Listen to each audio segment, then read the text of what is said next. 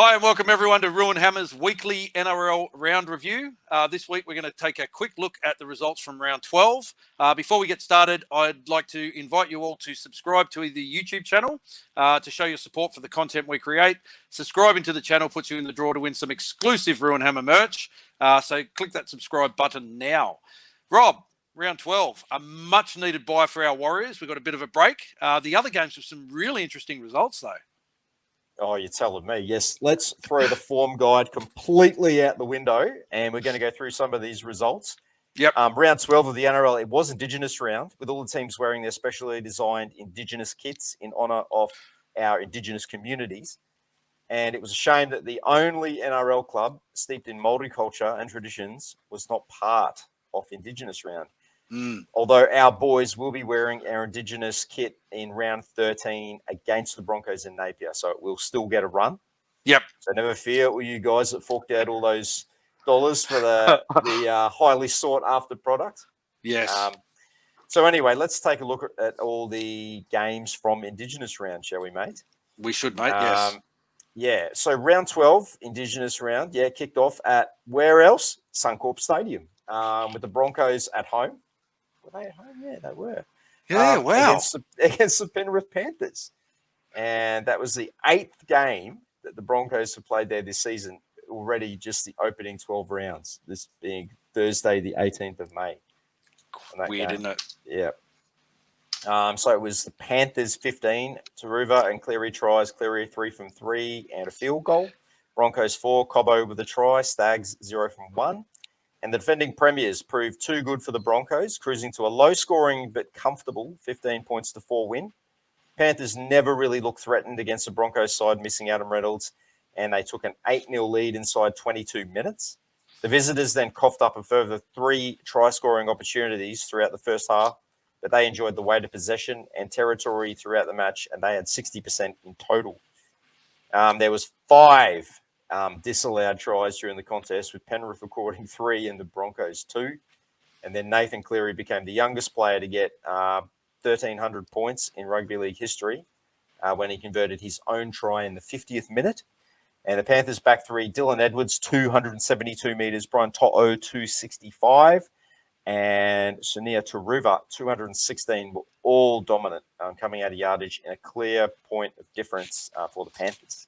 Yeah, great to see referee Adam G overrule the bunker in that game too. There was that, that incident with Reece Walsh flying high, not really having eyes for the ball, taking out, and I can't remember who he took out. I'm assuming it was Dylan Edwards. And then, Stags jumping on that ball and getting a try. And, you hear Adam G when he sends it up to the bunker and he goes, no, that doesn't look right, mate. I was really impressed with that. I 100% want more referees to back themselves. Overruled. Good on him. Overruled, guys. Absolutely. So that was good. Friday night footy, mate. It kicked off at 6 p.m.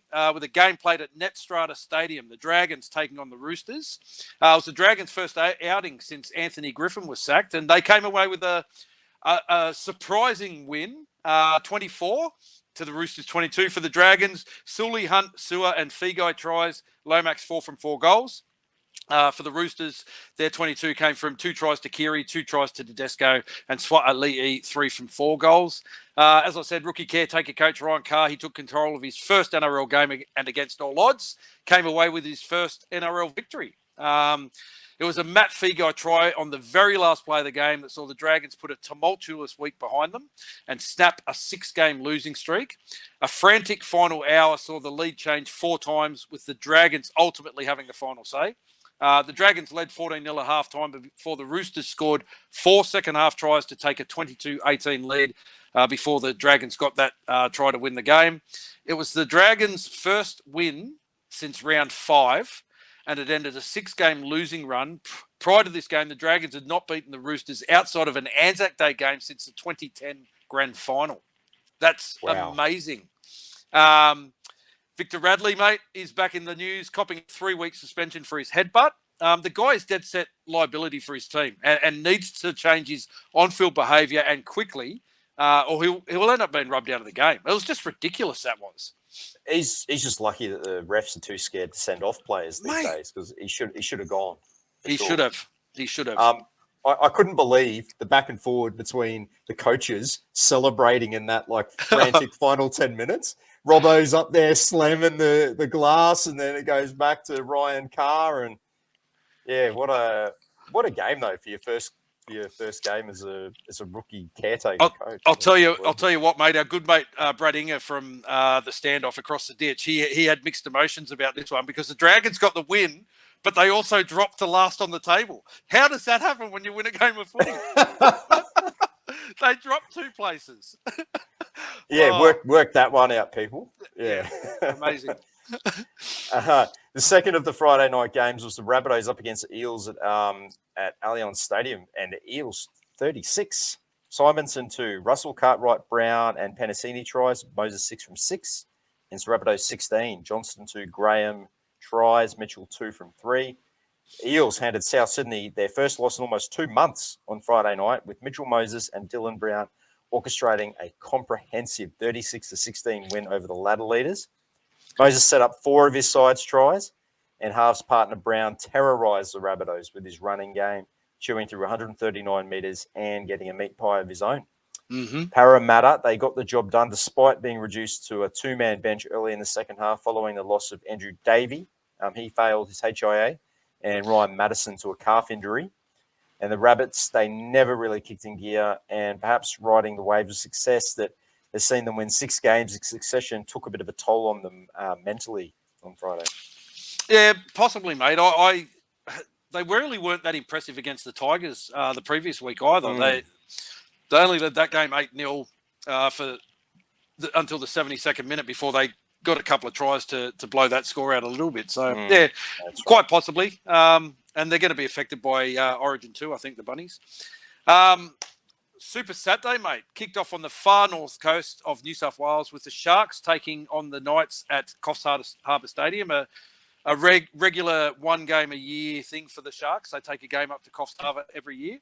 And they got away with a win up there, 26-6 over the Knights. For the Sharks, try scorers were Kennedy, Mulatalo, Tracy and Hunt, with Hines kicking 5 from 5 goals. For the Knights, it was Ponga try and Miller 1 from 1 goal. Mate, the Sharks moved to a share of top spot on the NRL ladder with this 26 win over the Knights. Nico Hines, Will Kennedy were in slashing form for the Sharks, as the Sharks racked up a 7th win of the season to join the Panthers, Rabbitohs and Broncos all on 16 competition points. Mate, Knight star Kalen Ponga, he left the field in the 4th minute for a HIA, which he passed, but it was ruled a Category 2 head knock and he returned in the 15th minute. But, mate, you've got to think any HIA is a concern for Ponga with his recent history, and perhaps it's this that has been the crux for him not getting selected in Origin for Origin 1 this year. Yeah, it certainly seems that way. You got to think he's one serious head knock away from having to, make a tough decision. Yep.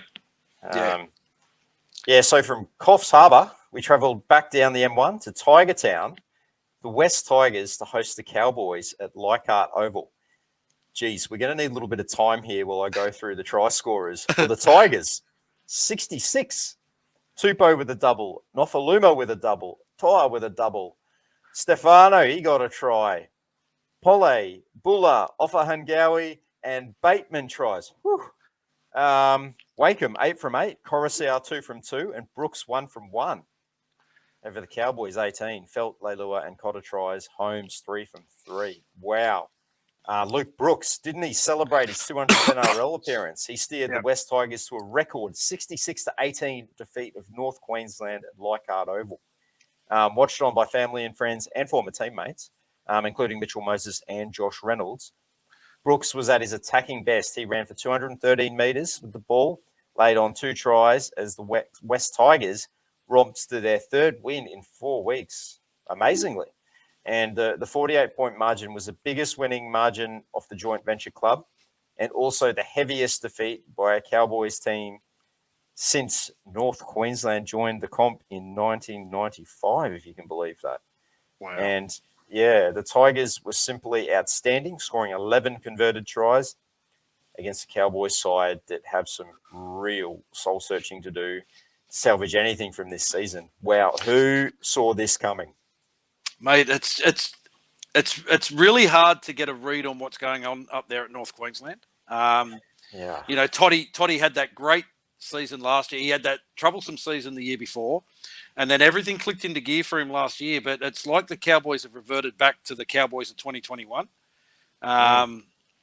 Yeah, nothing seems to be working, and the squad really hasn't changed that much. Yeah, I don't know. I feel for Toddy, poor old Toddy. Yeah, absolutely. Yeah, yeah. He's got a lot of work to do. Yeah, he does. The final game of Super Saturday, mate, saw the Dolphins, fresh from the bye, hosting the visiting Melbourne Storm at Suncorp Stadium. For the Storm, came out winners in this one, 24-16 for the Storm. Their 24 points came from Warbrick, Katoa, Munster and Smith tries. Amini 4 from 4 goals. The Dolphins 16. Asako 2, Nikarima a try, and Asako 2 from 3 goals. The Storm, mate, they've joined a logjam of teams at the top of the NRL ladder after surviving a second-half comeback by the Dolphins. With ex-Storm forwards Jesse and Kenny Bromwich and Felice Kafusi in that Dolphins pack, the game exploded early with origin ramifications for Queensland, with Kafusi sent to the sin bin and copping, I think, a 3-week suspension. The Storm took advantage of the extra man after Kafusi's sin binging. However, the Dolphins hit back almost immediately after Kafusi returned to the fray. The Storm jumped out to a 24-6 halftime lead and survived the Dolphins' comeback in the second half to get the victory. Yeah, moving on to Sunday footy. They kicked off with the Bulldogs taking on the Titans at Accor Stadium. And the Bulldogs 20, Avarillo, Adokar and Carraz and Ockenbaugh with the all-important try. Burton 2 from 4. Over the Titans 18 for Feeder, Stimson and Sami tries. Boyd 3 from 4. Yeah, well, a spirited second-half comeback saw the Bulldogs pick up their first win in almost a month in a game where they led for the first time in 6 weeks.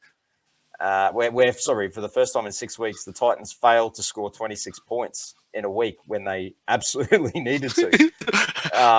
Crazy, isn't it? I know. They were on track. They were leading 14-0 at halftime. And the Bulldogs, they scored 4 second-half tries to record an emphatic come-from-behind victory. Boy, oh boy, the Titans got it terribly wrong with seconds remaining when the ball ended up in Big Tino's hands instead of Tanner Boyd's. And Boyd having to rush a 2-point field goal attempt to take the game into Golden Point. The ball never really even got off the ground.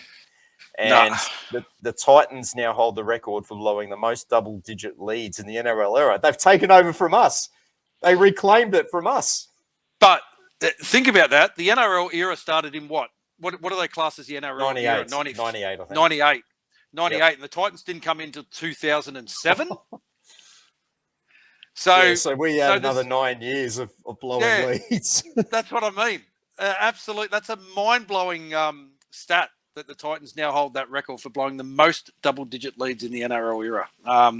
They're another team that you just can't get a read on this year, aren't they? Hot and cold. How can you understand how they're going? It's bizarre. And they probably got those mental demons there. So whenever they do get out to a bit of a lead at halftime, they probably got all that self-doubt creeping in now. So, yeah, fair bit of work for Justin Holbrook to do as well. Well, it's almost like being a Titans supporter is just like being an old school Warriors supporter when no lead was ever safe. Warriors up until 2022, that is. Touch wood. Yeah. Mate, talking about teams that you can't get a read on, the final game of the round was the Raiders hosting the Sea Eagles at GIO Stadium. It was the Sea Eagles 42 over the Raiders 14. Sea Eagles 42. Tom Trbojevic, a hat-trick. Parker, Garrick, your mate Schuster, Saab, Condon tries. Garrick 5 from 8 goals. With the Raiders 14 came tries to Whitehead and Mariotta, and Croker 3 from 3 goals, mate. In a rarity for the Sea Eagles, Gerbo, Turbo, and Burbo all in the run-on side for the Manly in this game. And it was a return to form for Turbo with a hat-trick of tries to solidify that Blues origin jersey. Right in the nick of time. Mate, as I said, on the eve of New South Wales being named, Trbojevic, who endured a patchy start to the year littered with injuries and niggles, he stood tall with a hat-trick of tries and 239 run metres. 2 of those 4-pointers were assisted by, you guessed it, the treadmill running 5'8", Josh Schuster, who after 3 weeks out injured returned with a bang, finishing the game with 3 try assists, and he did score a try of his own, showing some great hands to reel that ball in. For the big man. Yeah, he does have some freakish talent. He does Oh yeah, have some freaky stuff. that's never been in doubt for sure. No, Yeah. he just can't run past 5 metres. The victory at GIA Stadium snapped a 3-game losing streak for the Seagulls, who have now won 6 of their last 8 games against Canberra, and it ended a 6-game winning streak from the Raiders. Yeah, and to end out the round, the Warriors, mate, as we said at the beginning, had a bye. Nice 2 points for us. Yes, much needed, and get some weary bodies rested up for next week. Yep. So the NRL ladder now looks like this. So the reigning premiers, the Penrith Panthers, they've moved up to top spot on the ladder, with the Rabbits in second, the Sharks in third. 2 successive losses to the Broncos, and they dropped to fourth, while the Storm are in fifth spot. All 5 teams on 16 points. The Dolphins in sixth, the Warriors in seventh, and the Raiders are in eighth to round out the top 8. All 3 of those teams, 14 points. The Sea Eagles move into ninth place on 13 points.